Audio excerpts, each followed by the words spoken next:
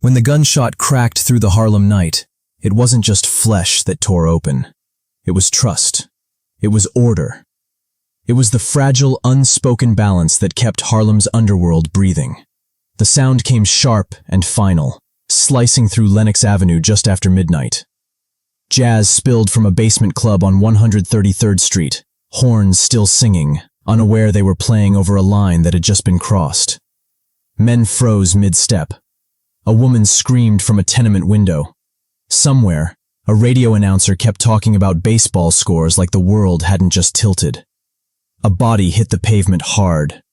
Blood spread slow and deliberate, soaking into concrete that had seen too much of it already. And standing just feet away, motionless in the half-light of a flickering street lamp, was Bumpy Johnson. He didn't flinch. He didn't reach for a weapon. He didn't run. He stared at the fallen man with a look that wasn't shock, but calculation.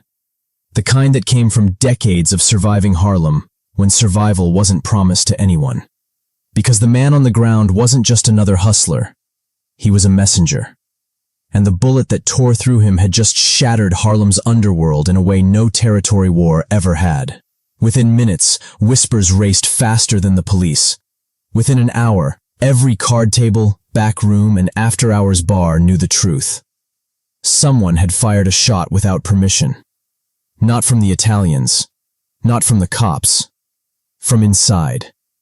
And in Harlem, that was the one crime worse than murder. Long before that shot echoed down Lenox Avenue, Ellsworth Bumpy Johnson had already become something larger than a man.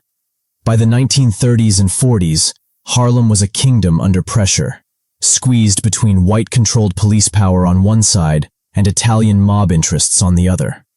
Black men ran the streets, but they didn't own the system. They survived it, negotiated with it, bled under it. Bumpy Johnson didn't beg systems, he bent them. He walked Harlem with tailored suits and a scholar's vocabulary, quoting Shakespeare one moment and issuing death sentences the next.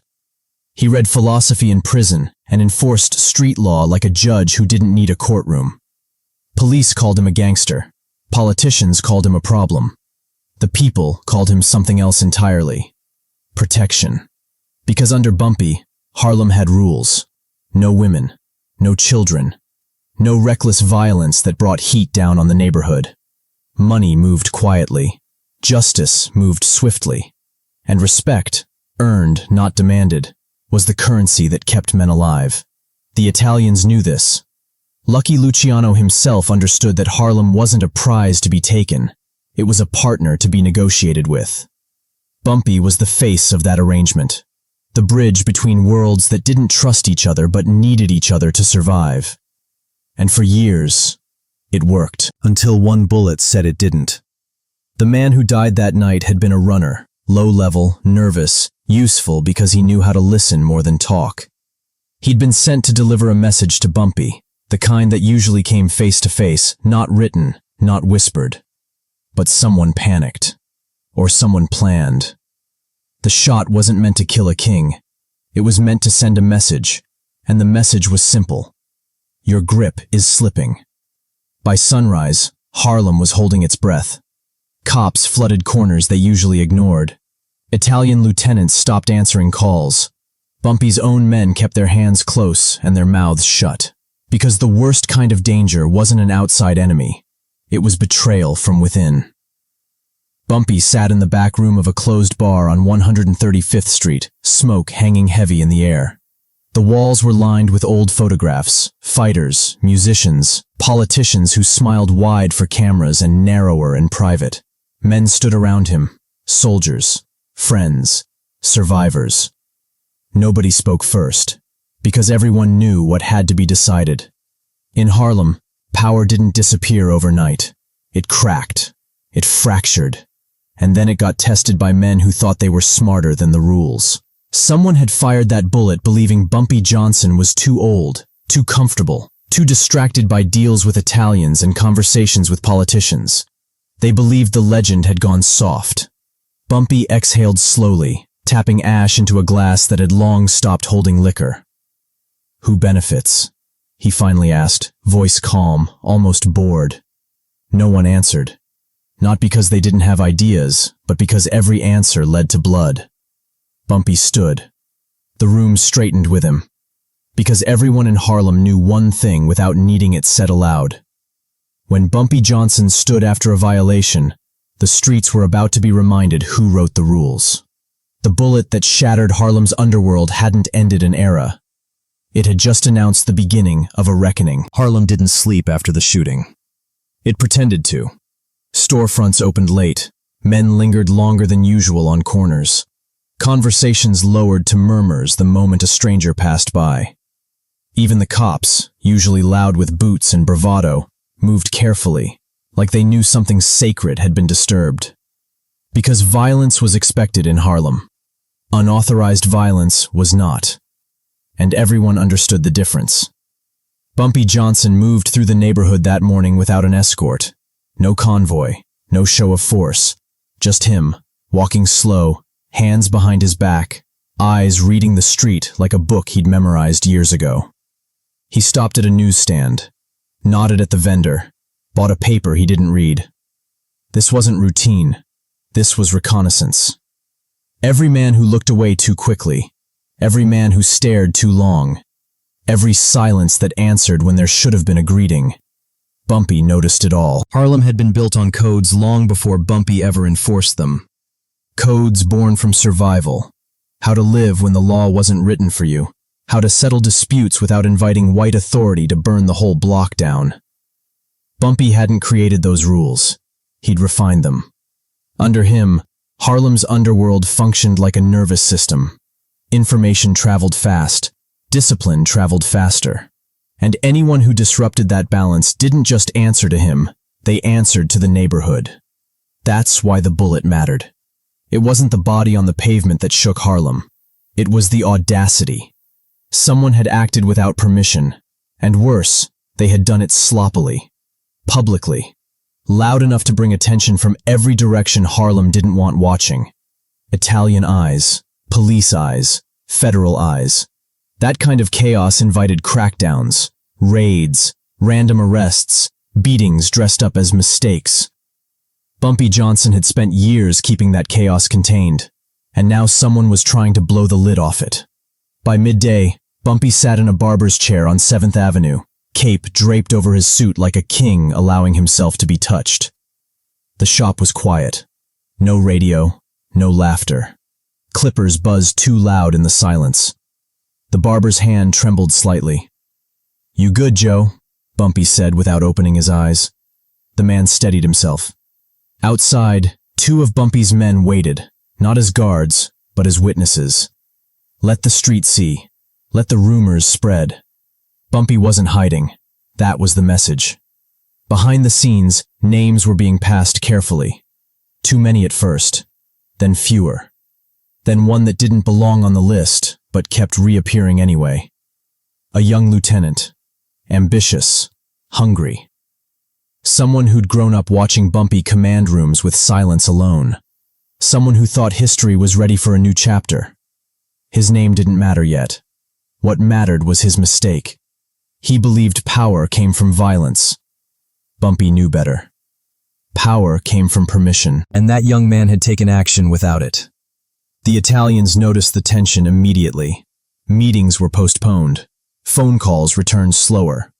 Men who usually strutted through Harlem suddenly preferred neutral ground, downtown, midtown, anywhere but Bumpy's territory.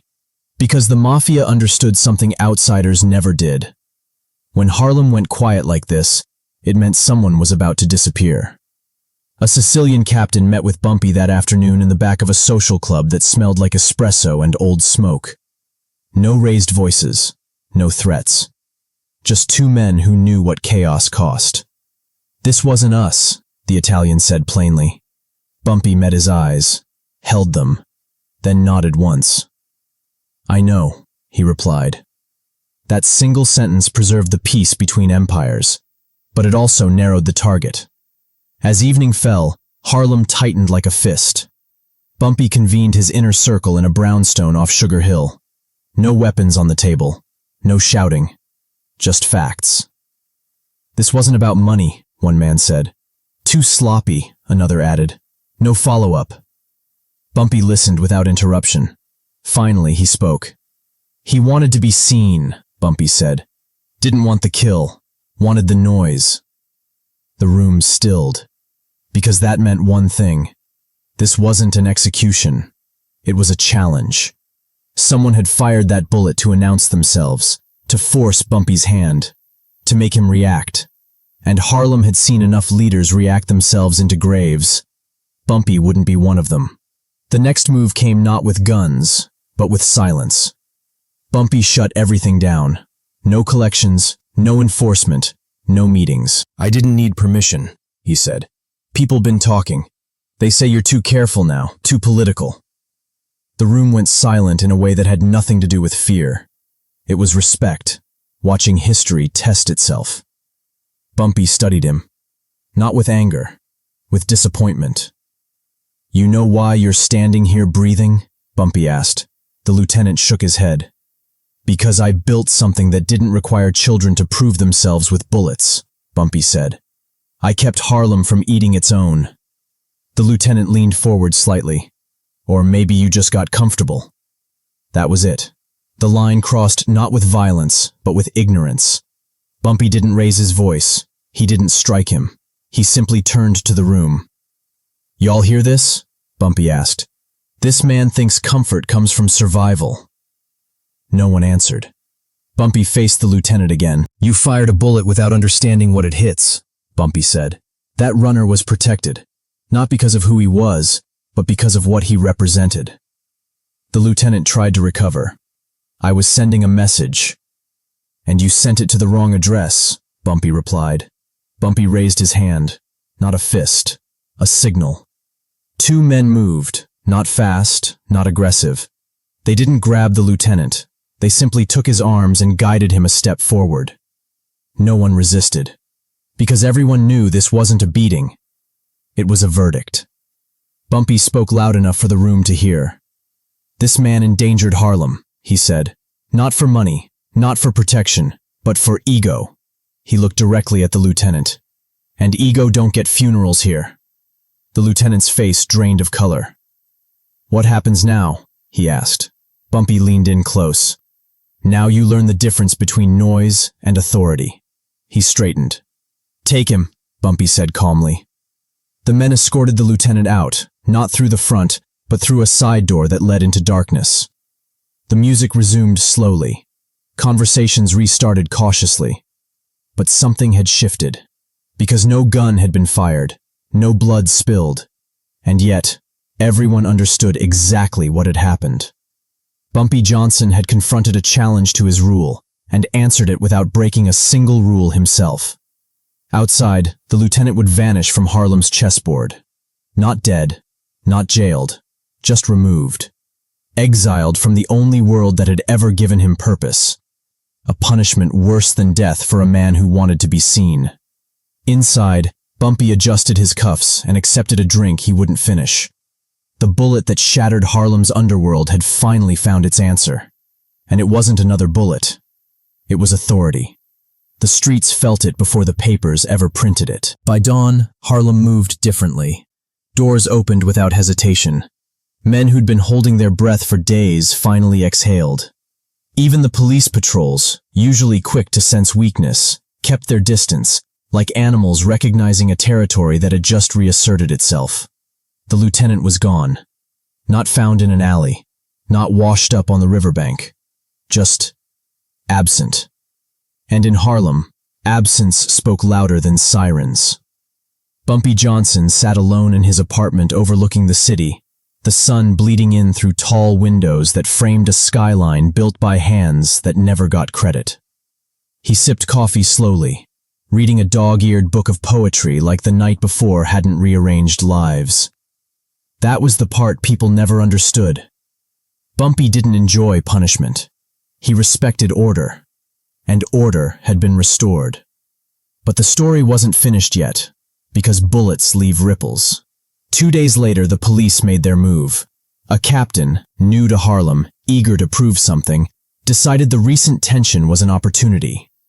A chance to remind the neighborhood who wore badges and who answered to them.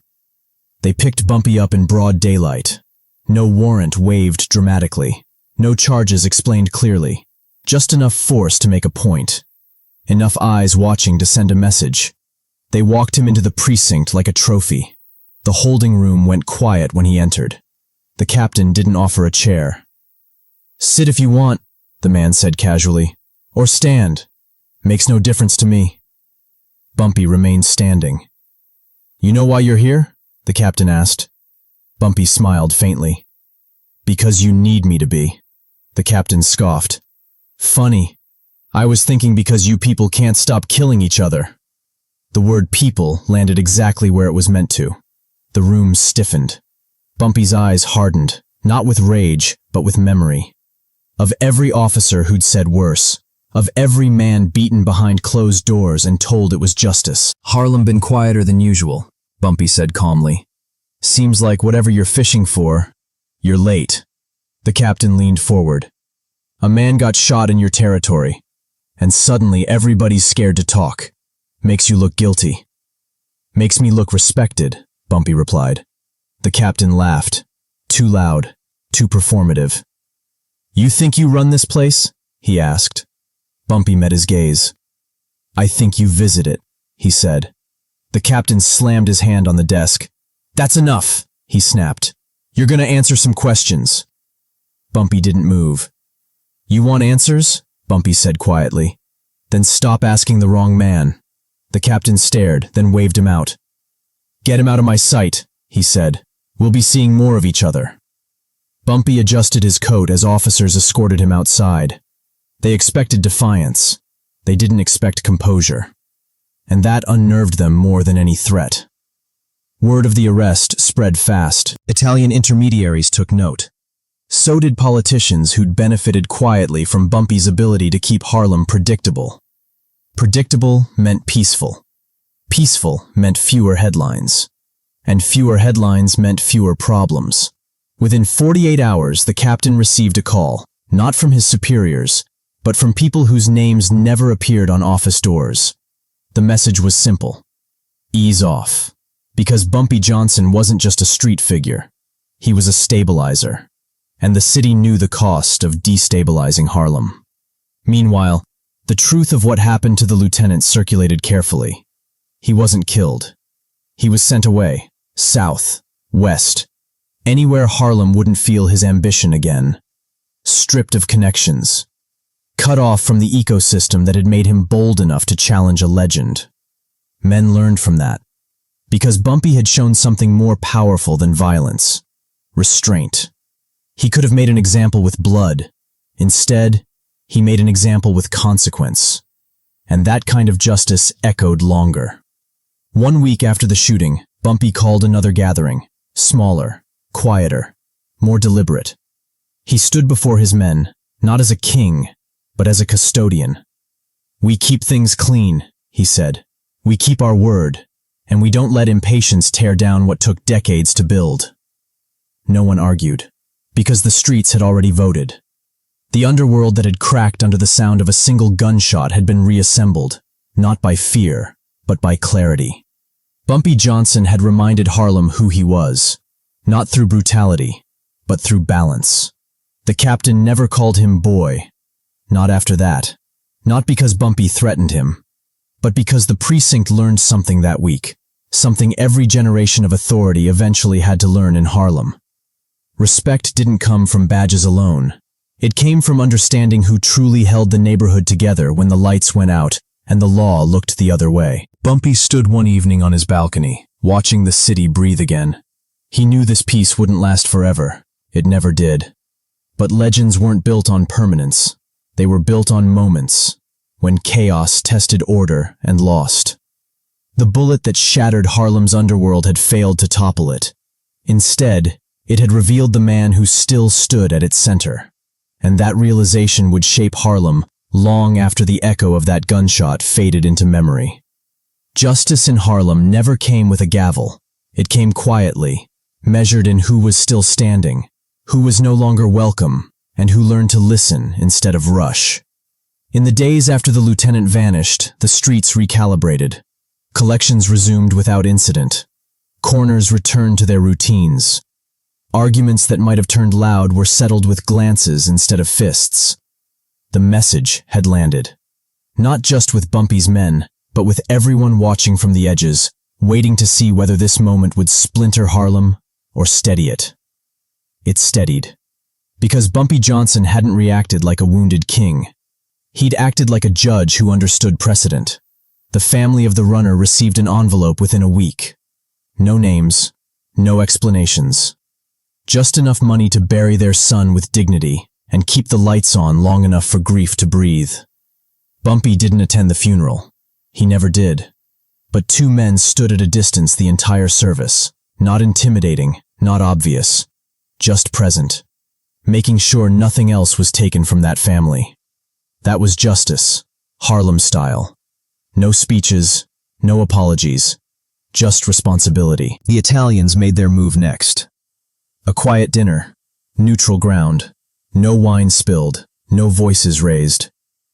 A senior capo leaned back and nodded once. You handled it clean. Bumpy sipped his espresso. Handled it necessary. The capo smiled thinly. There are younger men who think noise means strength. There always are, Bumpy replied. They usually don't last. The understanding between them was old and unromantic. Chaos was bad for business. Harlem needed order. And Bumpy was the man who provided it, without dragging outside heat into the neighborhood. That dinner ensured something important. No one would test Harlem again without thinking twice. The police captain tried one last time. A patrol saturation. Stop and frisks dialed up. Pressure applied just enough to provoke a reaction. None came. Because Bumpy told his people to step back. Let them search empty pockets. Let them write tickets. Let them look foolish when nothing surfaced. Power didn't always need to be confronted. Sometimes it needed to be outlasted. Within weeks, the captain was reassigned. Officially a promotion. Unofficially, a removal from a place he never understood. Harlem remained. Inside the community, the story evolved into something more than gossip. Older men told it in barbershops as a lesson. You hear about that bullet? They'd say. Boy thought he could skip steps. Younger men listened carefully, because the lesson wasn't about fear. It was about patience. Bumpy Johnson didn't rule because he was the loudest or the cruelest. He ruled because he understood the ecosystem. Every action had weight. Every mistake had consequences. And justice wasn't about spectacle. It was about stability. One night, a young runner approached Bumpy outside a club. Mr. Johnson, he said nervously. People saying things back on the block. Bumpy raised an eyebrow. Things always being said. They say you could have done worse. That you went easy. Bumpy studied him for a long moment. Easy? He repeated. The young man nodded. Bumpy leaned closer, not threatening, just present. Son, he said, you think the worst thing that can happen to a man is dying? The runner swallowed. Bumpy straightened. Go on home. The boy left understanding something he hadn't before. Death ended stories. Exile erased them. Weeks passed. Then months. Harlem settled into a rhythm that felt earned. No grand celebrations, no parades.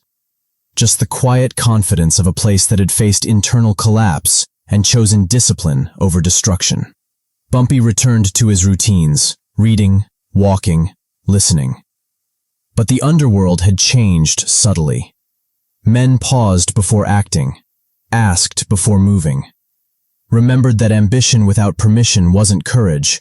It was suicide of a different kind. The bullet that shattered Harlem's underworld didn't lead to a war. It led to a recalibration. And that was Bumpy Johnson's true power. He didn't just survive confrontations. He transformed them into lessons the entire neighborhood absorbed. Justice, in his hands, wasn't cruel. It was corrective.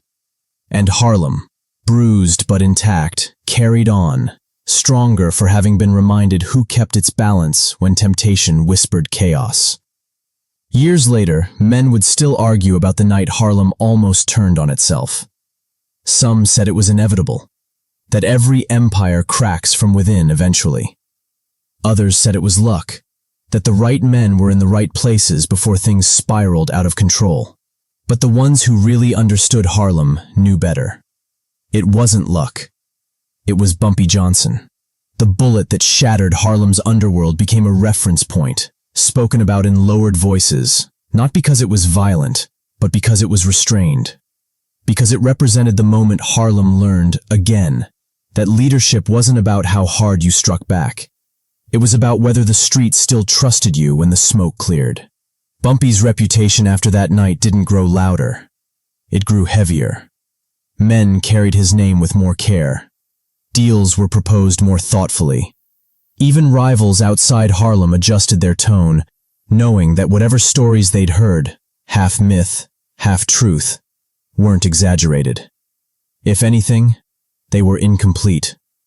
Historians would later say Harlem in those years avoided a bloodbath. They'd point to statistics, arrest records, crime dips and resurgences, but statistics didn't capture what really happened. They didn't show the way men stopped themselves mid-step, remembering that permission mattered. They didn't show the silence in rooms when Bumpy entered, not fear, but recognition. They didn't show how a community that had every reason to implode chose discipline instead. Bumpy Johnson became, in that era, something rare. A criminal respected by law enforcement, a negotiator trusted by enemies, a protector embraced by a community that knew the cost of losing him. That didn't make him innocent. It made him necessary. The lieutenant's name faded, not because Bumpy erased it, but because Harlem did. No songs, no rumors, no martyrdom, just absence. And that absence became its own warning. Young men learned that shortcuts didn't lead to crowns. They led to doors that closed forever. Bumpy never spoke about it again. He didn't need to. Legends didn't revisit victories. They let the streets remember for them. In later years, when new pressures came, new drugs, new money, new faces who didn't grow up under the same codes, old heads would shake their heads and say the same thing. Wouldn't have happened if Bumpy was still running things. That wasn't nostalgia. It was acknowledgement. Because Bumpy's legacy wasn't built on violence alone. It was built on containment. He understood that Harlem was always being watched. By police, by politicians, by a country ready to use black chaos as justification for control. So he kept chaos managed. He kept the fire contained, and in doing so, he preserved something fragile, a sense of ownership in a world determined to deny it. Long after the players changed, the lesson remained. Power without restraint invites destruction. Authority without respect collapses. And leadership, real leadership, doesn't announce itself with gunfire. It announces itself with calm when others expect panic. That was the true legacy of the bullet that shattered Harlem's underworld. It proved that even in a world built on violence, the strongest move could still be control. Bumpy Johnson didn't live forever. Legends never do. But moments like that one, the night ambition blinked first, the week Harlem chose order over ego, those moments outlived him. They became part of the city's memory, passed down not as myth, but as caution. Because Harlem never forgot the man who showed it that power didn't have to be loud to be absolute. This wasn't just about one bullet, and it wasn't just about one man testing a legend. It was about what happens when a community already under pressure stands at the edge of self-destruction, and someone with real authority chooses restraint over ego. The bullet that shattered Harlem's underworld could have started a war. It could have invited outsiders to burn the neighborhood down in the name of order. It could have turned ambition into a body count. But it didn't. Because Bumpy Johnson understood something deeper than power. He understood responsibility. In a world where black neighborhoods were punished for their chaos and ignored in their peace, he kept Harlem balanced. Not clean, not innocent, but intact. And sometimes, intact was the highest form of justice available. Bumpy didn't answer disrespect with theatrics. He didn't answer betrayal with cruelty. He answered it with clarity. He reminded everyone watching Friends, enemies, police, politicians. That leadership wasn't about who pulled the trigger. It was about who decided when not to. That moment didn't just preserve his reputation. It preserved Harlem from becoming a headline, a crackdown, a cautionary tale told by people who never cared to understand it. This wasn't a story about crime. It was a story about control in a world designed to strip it away.